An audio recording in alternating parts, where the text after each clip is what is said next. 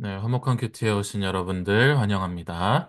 이 시간 제가 기도하고 오늘 큐티 모임 시작하도록 하겠습니다. 사랑이 많으신 하나님 아버지 감사합니다. 오늘도 저희가 주님의 말씀 앞에 함께 모일 수 있게 하심을 감사드립니다.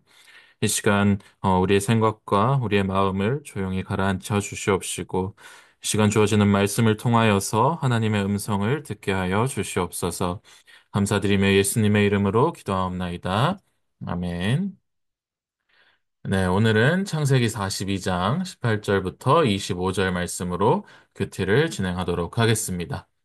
네, 오늘도 우리의 하루를 먼저 돌아보면서 시작을 하려고 하는데요.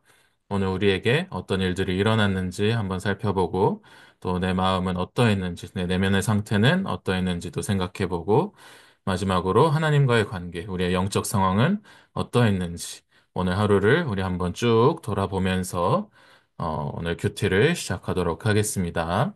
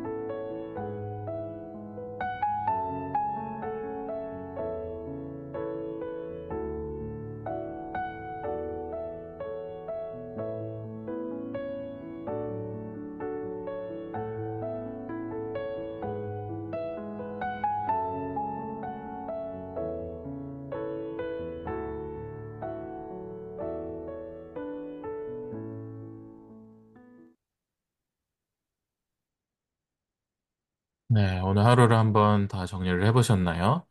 그럼 이제 오늘 말씀을 함께 읽도록 하겠습니다. 오늘 본문은 창세기 42장 18절부터 25절까지 말씀입니다. 우리 각자의 자리에서 읽도록 하겠습니다. 사흘 만에 요셉이 그들에게 이르되 나는 하나님을 경외하노니 너희는 이같이 하여 생명을 보전하라. 너희가 확실한 자들이면 너희 형제 중 한 사람만 그 옥에 갇히게 하고 너희는 곡식을 가지고 가서 너희 집안에 굶주림을 구하고 너희 막내 아우를 내게로 데리고 오라. 그러면 너희 말이 진실함이 되고 너희가 죽지 아니하리라 하니 그들이 그대로 하니라. 그들이 서로 말하되 우리가 아우의 일로 말미암아 범죄하였도다. 그가 우리에게 해걸할 때 그 마음의 괴로움을 보고도 듣지 아니하였으므로 이 괴로움이 우리에게 임하도다. 르우벤이 그들에게 대답하여 이르되 내가 너희에게 그 아이에 대하여 죄를 짓지 말라고 하지 아니하였더냐. 그래도 너희가 듣지 아니하였느니라. 그러므로 그의 핏값을 치르게 되었도다 하니 그들 사이에 통역을 세웠으므로 그들은 요셉이 듣는 줄을 알지 못하였더라. 요셉이 그들을 떠나가서 울고 다시 돌아와서 그들과 말하다가 그들 중에서 시므온을 끌어내어 그들의 눈 앞에서 결박하고 명하여 곡물을 그 그릇에 채우게 하고 각 사람의 돈은 그의 자루에 도로 넣게 하고 또 길 양식을 그들에게 주게 하니 그대로 행하였더라. 아멘. 네, 이제 우리가 말씀을 자세하게 살펴보기 전에 오늘 말씀에서 나오는 하나님의 말씀과 인간의 반응을 살펴보도록 하겠습니다. 우리가 각자 다시 한번 오늘 본문을 읽어 나가면서 하나님이 나온 곳에는 동그라미, 사람이 나온 곳에는 세모 표시를 해보면서 각자 묵상해 보도록 하겠습니다.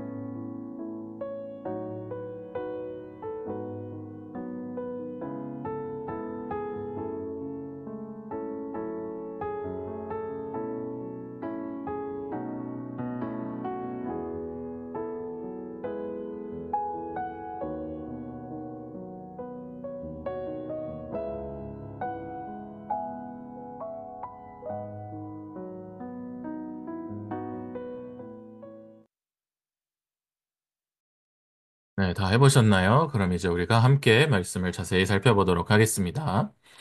오늘 본문의 시작은 이제 애굽의 총리 요셉 앞에 이제 낯선 이방인 차림을 한 형들이 무릎을 꿇고 있는 장면으로 시작을 합니다. 어릴 적 자신을 미워해서 팔아버렸던 그 형들이 지금은 곡식을 구걸하듯 고개를 숙이고 있는 것이었죠. 그러나 요셉은 자신의 정체를 여전히 형들에게 밝히지 않았습니다. 마음속에는 정말 수많은 생각이 교차했겠지만 그는 형들의 진심을 확인하기로 결심을 합니다. 그래서 요셉은 형들에게 말합니다. 나는 하나님을 경외하는 사람이다. 너희가 진실한 자들이라면 한 사람만 오게 두고 나머지는 곡식을 가지고 가서 너희 집안의 기근을 해결해라. 그리고 너희 말대로 너희에게 동생이 있다면 그 동생을 내게로 데려와서 너희 말이 참인지 증명해라. 그렇게 되면 너희는 살 수 있을 것이다. 요셉의 말에 형들은 당황했지만 이 상황이 순종할 수밖에 없는 그런 상황이었어요. 그래서 그들은 마음속 깊이 지난 날의 죄책감을 떠올리게 됩니다. 그때 맏형인 르우벤이 말합니다. 내가 그때 요셉을 해치지 말자고 하지 않았느냐. 그런데 너희가 듣지 않았다. 그러니 지금 우리가 그 죄값을 치르고 있는 것이다. 요셉은 그들의 말을 들으면서 눈물을 참을 수가 없었습니다. 그는 통역을 통해 이야기하고 있었기에 형들은 지금 자신들이 말하는 말들이 요셉이 알아듣고 있는지는 꿈에도 몰랐어요. 그러나 이 형들의 후회와 고백을 다 알아들은 요셉은 속으로 울음을 삼켰습니다. 잠시 뒤 요셉은 돌아와서 시므온을 붙잡아 결박을 시킵니다. 형제들 중 하나를 인질로 남기겠다는 약속을 실행한 것이죠. 그리고 나머지 형제들에게는 곡식을 주되 그들의 돈까지 곡식 자루에 몰래 넣어서 돌려보냅니다. 요셉의 마음에는 이 형들을 향한 복수심이 아니라 하나님의 뜻 안에서 형들을 회복시키고자 하는 깊은 사랑과 지혜가 있었던 거예요. 그래서 요셉은 형들의 변화된 마음을 보면서 진정한 화해와 하나님의 뜻이 이루어질 길을 준비하고 있었던 것입니다. 네, 이제 오늘 우리가 이 말씀 내용을 바탕으로 질문을 하면서 묵상을 해보도록 하겠습니다. 오늘도 세 가지 질문 제가 드리겠습니다. 첫 번째, 왜 형들은 지금 겪는 고난을 요셉에게 지은 죄 때문이라고 생각했을까요? 두 번째, 왜 르우벤은 뒤늦게 책망을 했을까요? 세 번째, 왜 하나님은 이 시점에서 형들에게 그 20년 전에 그 요셉을 팔아 넘긴 그 죄를 떠올리게 하셨을까요? 이 질문을 가지고 시간을 드릴 테니까 각자 잠시 동안 생각하면서 묵상해 보도록 하겠습니다.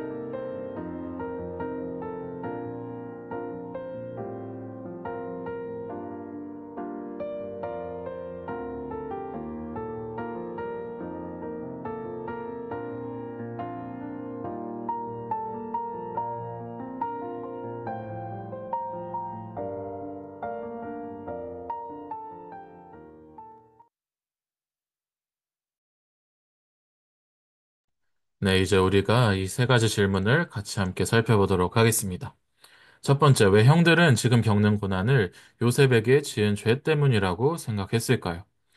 형들은 지금 눈앞에 펼쳐진 이 고난과 억울한 상황들이 20년 전 자신들이 요셉에게 저질렀던 죄에 대한 하나님의 징계라고 믿었습니다.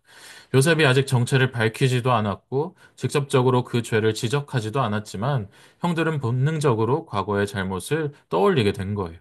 그만큼 그들의 마음속에 죄책감이 깊이 뿌리내려 있었고 평범한 일상 속에서는 잊고 지내도 이렇게 위기 앞에서 스스로 고백하지 않을 수 없었던 겁니다. 이것은 죄가 우리 안에서 정말 끝난 것처럼 보여도 회개하지 않은 채 남아 있다면 계속해서 우리의 삶 속에서 영향을 미친다는 사실을 보여주고 있습니다. 그리고 동시에 하나님께서 사람의 양심을 통해서 말씀하시고 돌이킬 기회를 주신다는 것을 우리가 알 수 있습니다. 형들은 요셉이 아닌 하나님 앞에서 죄를 고백하고 있는 거예요. 죄를 숨기면 사라지는 것이 아니라 드러나야 이제 회복이 시작되는 것입니다. 이 말씀은 우리도 삶에서 정말 예상치 못한 고난이나 문제를 만났을 때 그 상황 속에 담긴 하나님의 음성을 정직하게 듣고 반응할 수 있는 마음이 필요한 이유를 우리에게 알려주고 있습니다. 두 번째, 왜 르우벤은 뒤늦게 형제들을 책망했을까요? 르우벤의 고백은 오랜 침묵 끝에서 터져나온 양심의 고백이자 뒤늦은 후회였습니다. 그는 과거 요셉을 구하려 했지만 끝내 그러지 못했고 지금 이 상황 앞에서 자신의 책임을 회피할 수 없다는 것을 직접적으로 느꼈습니다. 이 장면은 단순히 다른 형제들을 비난하는 말처럼 보이지만 사실은 그가 자신도 침묵과 무책임의 죄를 지었음을 고백하는 장면이에요. 죄는 명령하거나 행동하는 사람만 짓는 것이 아니라 막지 않고 방관하고 동조하는 사람에게도 책임이 있다는 거예요. 르우벤은 말은 했지만 끝까지 책임지지 않은 자신의 소극적인 태도가 결국 요셉에게 상처를 주었고 지금 그 대가를 함께 치르고 있다는 것을 인정한 것입니다. 이 말씀은 우리에게도 도전이 되죠. 불의 앞에서 말만 하는 신앙인이 아니라 행동하고 책임지는 신앙인이 되어야 한다는 교훈이 담겨져 있습니다. 또한 회개는 과거를 정확하게 기억하고 자기 책임을 분명히 인정할 때 비로소 진정한 회복으로 나아갈 수 있다는 것 또한 보여주고 있습니다. 마지막으로 왜 하나님은 이 시점에 형들에게 죄를 떠올리게 하셨을까요? 하나님은 절대 그냥 죄를 묻지 않고 덮어두시는 분이 아니세요. 죄는 반드시 하나님과의 관계 속에서 다루어져야 하고 회개를 통해서 치유되어야 합니다. 요셉의 형들은 이 애굽이라는 낯선 땅에서 정말 예상치 못한 위기 앞에서 하나님의 손길을 경험하게 됩니다. 외적인 상황은 마치 정치적 압박과 기근으로 보이지만 그 배후에서는 하나님께서 은밀하게 형들의 마음을 만지고 계셨던 거예요. 지금 이 시점은 하나님이 정하신, 하나님이 계획하신 회복의 때였습니다. 요셉은 이미 총리가 되어서 형들을 용서할 수 있는 위치에 있었지만 하나님은 형들 스스로 그 죄를 인정하고 회개하는 과정을 반드시 거치게 하신 거예요. 하나님의 목적은 단순한 감정적 화해가 아니라 내면의 진정한 변화와 새로운 관계를 회복시켜 주셨다는 것입니다. 우리도 종종 이해할 수 없는 시련 속에서 하나님이 우리의 과거를 돌아보게 하시고 숨겨진 죄를 고백하게 하실 때 그것은 정죄가 아니라 회복과 자유로 나아가는 은혜의 통로임을 우리가 믿어야 합니다. 그래서 오늘 말씀의 결론은 회개는 고난 속에서 깨어나는 은혜의 문이다. 요셉의 형들은 뜻밖의 시련 앞에서 자신들의 과거의 죄를 떠올리게 되었고, 죄책감과 또 양심의 소리에 반응하면서 회개의 길로 한 걸음 나아갔습니다. 이 요셉의 형들처럼 우리도 때로는 정말 예상치 못한 상황 속에서 과거의 죄와 과거의 상처를 마주하게 될 때가 있습니다. 하지만 하나님은 그것을 정죄가 아닌 회복의 기회로 사용하신다는 거예요. 혹시 지금 우리 마음에도 아직 하나님 앞에 해결되지 못한 죄나 무뎌진 양심이 있다면 오늘 이 말씀 앞에서 다시 정직하게 한번 서 보시기를 원합니다. 회개는 끝이 아니라 하나님의 은혜로 나아가는 시작입니다. 그래서 이 말씀을 우리가 붙들고 삶 속에서 날마다 더 성숙해지는 우리 모두가 되기를 축복합니다. 자, 그러면 마지막으로 오늘 말씀을 우리의 삶 속에 각자 적용하는 시간을 갖도록 하겠습니다.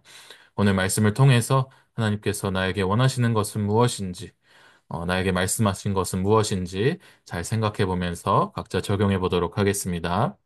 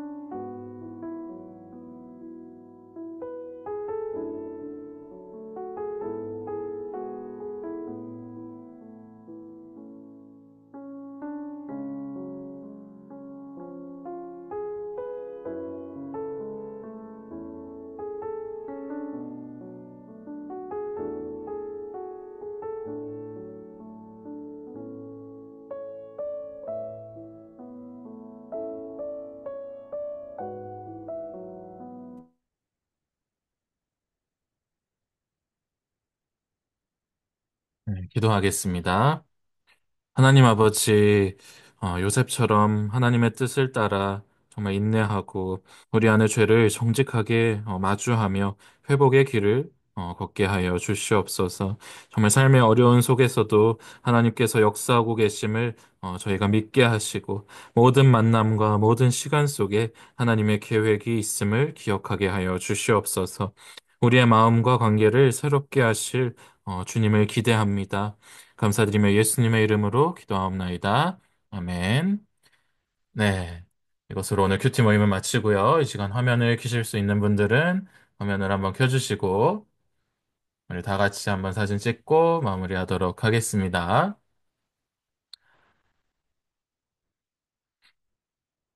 네. 그러면 제가 찍도록 하겠습니다. 하나, 둘, 셋. 네. 감사합니다. 모두 고생하셨습니다. 평안한 밤 되세요.